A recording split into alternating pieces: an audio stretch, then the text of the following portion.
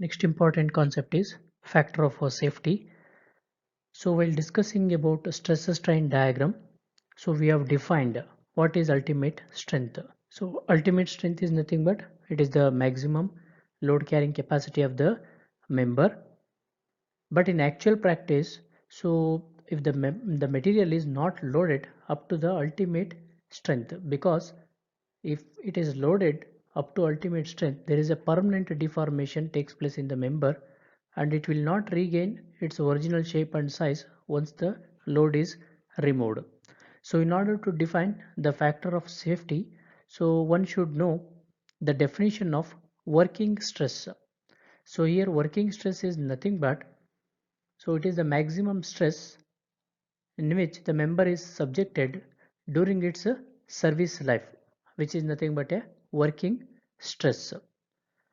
And this working stress should be always less than the elastic limit in elastic design method, and whereas in ultimate load design method it should be less than the ultimate strength.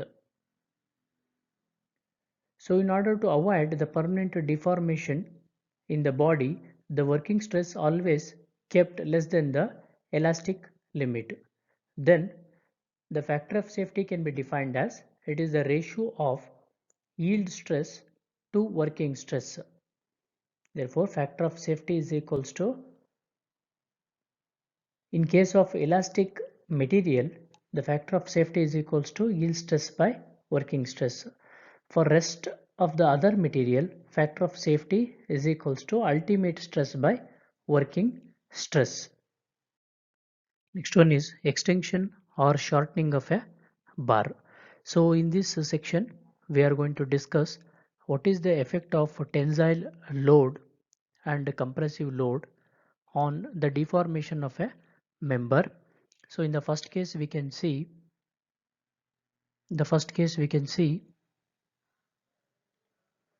we are applying tensile load. Due to the application of tensile load, there is an increment or increase in length of the member by an amount delta. Whereas in the second case, we are applying compressive load. Due to the application of this compressive load, there is a shortening of the bar by an amount delta. So therefore, so what is the effect of this tensile and compressive load on the deformation of the member? So in case of tensile or compressive force, the stress become sigma is equals to load by area. There is no change in the formula whether it is a tensile or compressive load. Then coming to the strain, both in case of tension and compression, the strain becomes the same, because in the first case it is expanding or increasing by an amount delta, whereas in the second case it is decreasing by an amount or shortening by an amount delta. Therefore change in length is delta and original length is L. Therefore strain becomes epsilon is equals to delta by L. And we know from Hooke's law, stress is directly proportional to strain. Stress is equals to E into strain from Hooke's law. Therefore, so E can be written as E is equals to stress sigma by strain epsilon. Stress sigma by strain epsilon. So therefore, in place of sigma, we are going to substitute P by A, and in place of epsilon, we are substituting delta by L. So therefore, so this after simplifying, it will become PL by A delta. Since I want the effect of applying the load, tension and compressive load. What is the effect of tensile and compressive load on deformation of a body? So therefore I want a delta value. So delta is equals to PL by AE. So P represent tensile or compressive load, L is the original length, A is the cross-sectional area and E is the Young's modulus of the material. Next one is percentage elongation in length and percentage reduction in area. So to measure the ductility of the material, we use these two terms. One is percentage elongation in length and another one is percentage reduction in area. Once the specimen is subjected to tensile or compressive load, the load is increased from 0 to till its or till the failure of the sample takes place. So once it reaches the breaking point, there is always increase in the gauge length takes place and reduce or reduction in the area takes place. So to measure the percentage elongation in the length and the percentage reduction in area, let us consider the formula increase in gauge length by original gauge length. So once it crosses the ultimate strength, so what happens? There is a formation of a neck and there is a increase in the gauge length takes place till it fails or till the failure of the sample takes place. So if we multiply by 100, so we will get in terms of percentage of elongation in the length. So therefore percentage elongation can be written as LF minus L naught divided by L naught into 100. So where here LF is nothing but the final gauge length, whereas L naught is the initial gauge length. So next one, percentage reduction in area. So once it reaches the fracture point or breaking point, so there is a reduction in the cross sectional area takes place because after it crosses the ultimate strength, there is a formation of neck in the gauge length. So therefore to measure the percentage reduction in area, so we have to consider reduction in cross sectional area of necked portion divided by its original cross sectional area multiplied by 100. So therefore percentage reduction in area is equals to A naught minus AF divided by A naught into 100 because I want this in terms of percentage. So where A naught is the original cross sectional area and AF is the final cross sectional area. Now let us solve few problems based on the basic concepts of stress and strain. So the given problem statement is a circular rod of diameter 16 mm. So the shape of the rod is circular one and its diameter given is 16 mm. Next, length 500 mm long. So length given is 500 mm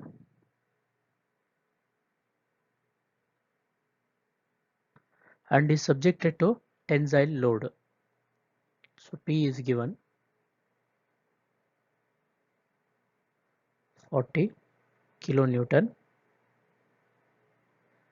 The modulus of elasticity, Young's modulus is given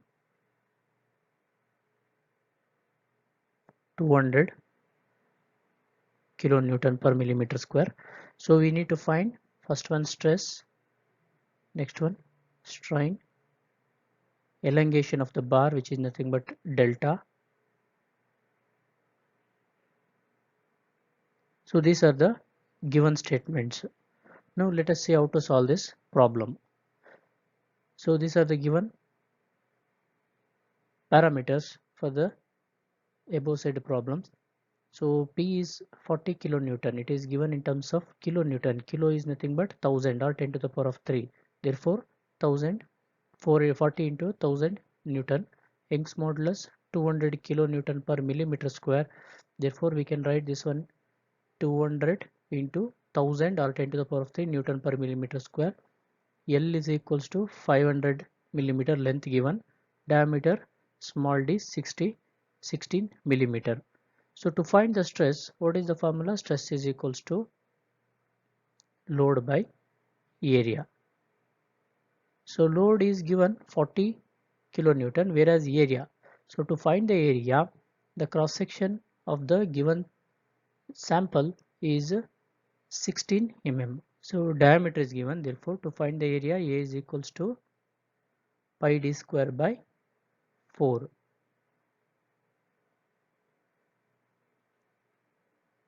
So area is equals to pi d square by 4. In place of diameter or d, substitute 16. So therefore, after simplifying, so we got the area value 201.06 millimeter square. So next, to find the stress, sigma is equals to P by A. So P value is 40 kilonewton, 40 into 1000 divided by area 201.06. So after simplifying, so we got 198.94 Newton per millimeter square. So next one, strain. So we know strain is nothing but change in length by original length. Change in length by original length. But so change in length is not given here. We have the relation by Hooke's law. Stress is directly proportional to strain. Stress is equals to E into strain.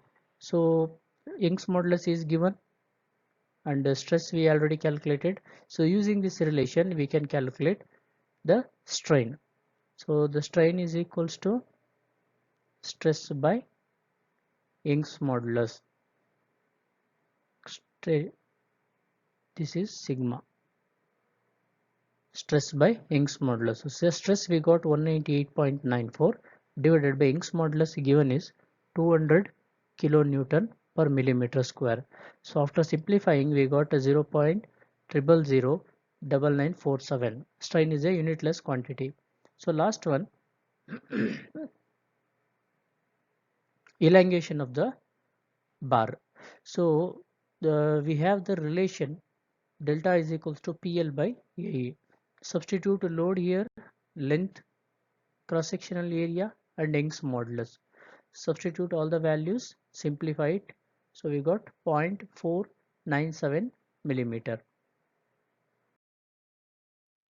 So next problem, a specimen of steel 200 mm diameter, circular cross section of diameter 200 mm given, and the gauge length, that is a length, is given 200 mm, is tested to destruction. So here it is not mentioned whether it is a tensile or compressive load. So let us assume it is a tensile load. It has an extension of 0.25 millimeter under the load of 80 kilonewton. So by applying a load of 80 kilonewton, there is a extension of 0.25 millimeter takes place, which is nothing but we are applying a tension load, and load at elastic limit is 1 or 2 kilonewton. So we have different limit like proportionality limit, elastic limit, plastic yielding and rupture. So the elastic limit, at elastic limit load is given. The maximum load is 130 kilonewton. The maximum load is nothing but, so in the stress strain diagram, so we have discussed, so here the maximum load carrying capacity of the member takes place, which is nothing but ultimate stress, ultimate stress of the, or ultimate strength of the material. The total extension at fracture is 56. So here once the fracture takes place, the length of the member is 56 millimeter and diameter at the neck is 15 millimeter. So once it crosses the ultimate strength, there is a formation of a neck, therefore there is a reduction in the area takes place. So the diameter reduced to 15 millimeter. Initial diameter was 20 millimeter. So first one, stress at the elastic limit. So how to find stress at elastic limit? A load is given at elastic limit. So use this load and area. To find the area, we know area is equals to pi d square by 4. Substitute here, you will get stress at elastic limit. So Young's modulus. So E, by using Hooke's law we can calculate Young's modulus. Percentage elongation. So we have the formula to find the percentage elongation, and percentage reduction in area. Ultimate tensile stress. So ultimate tensile stress, load at ultimate point divided by area, cross sectional area. So this is the solution. So the given diameter, initial diameter before applying the load, 20 mm. Therefore, first we need to find the area. Area A is equals to pi d square by 4. So diameter 20. So after simplifying, we got 314.16 millimeter. Next, first question, the stress at elastic limit. So to find the stress at elastic limit, load by area, but we have to consider load at elastic limit. So load at elastic limit given is 102 kilonewton. So therefore 102 into 10 to the power of 3 divided by area, we got 314.16. After simplifying, we got elastic stress 324.675 Newton per millimeter square. Next one, Young's modulus. Second question is Young's modulus. To find the Young's modulus, so we are using Hooke's law. Young's modulus is equals to stress by strain because it is within the elastic limit. So stress is nothing but we know the relation load by area. But to find the Young's modulus, so here we are using the load 80 kilonewton because so within the elastic limit, stress is directly proportional to strain. So the load here is within the elastic limit. 80 kilonewton is the load which is within the elastic limit. Therefore, we are using this load 80 kilonewton, and area, the original cross sectional area within the elastic limit means we have to consider original cross section area 314 314.16 314.16 divided by delta by L. So here delta is nothing but change in length. The extension takes place within the elastic limit 0.25 divided by original length. Original length is a 200 mm. Therefore, after simplifying, we got 203718 Newton per millimeter square. So the third question is percentage reduction in area. So percentage reduction in area, we know the formula, initial area minus final area divided by initial area multiplied by 100. So initial area is this one 314.16, whereas to find the final area is nothing but the area of the sample after the formation of a neck. So after formation of neck, we got 15 mm diameter. So by using the area equation, area is equals to pi by 4 into d square. So in place of d, substitute 15 mm. After substituting or after simplifying this equation, we got 43.75 percentage reduction in area. Next, percentage ultimate tensile stress. So ultimate tensile stress, we know the equation ultimate load by area. Ultimate load by area. So ultimate load given is 130. That is the maximum load carrying capacity of the member. And area, so here which area we have to consider? The original area we have to consider. Original area. So 314.16. So we got ultimate tensile stress 413.80 Newton per millimeter square. So last one. So percentage elongation. So percentage elongation is nothing but final extension divided by original length, or the final length minus original length divided by original length. But in the problem, directly the final extension or the total extension made by the member is given. Therefore, directly we substitute 56 divided by original length is 200 mm multiplied by 100. So we got 28% of percentage of elongation takes place in the member.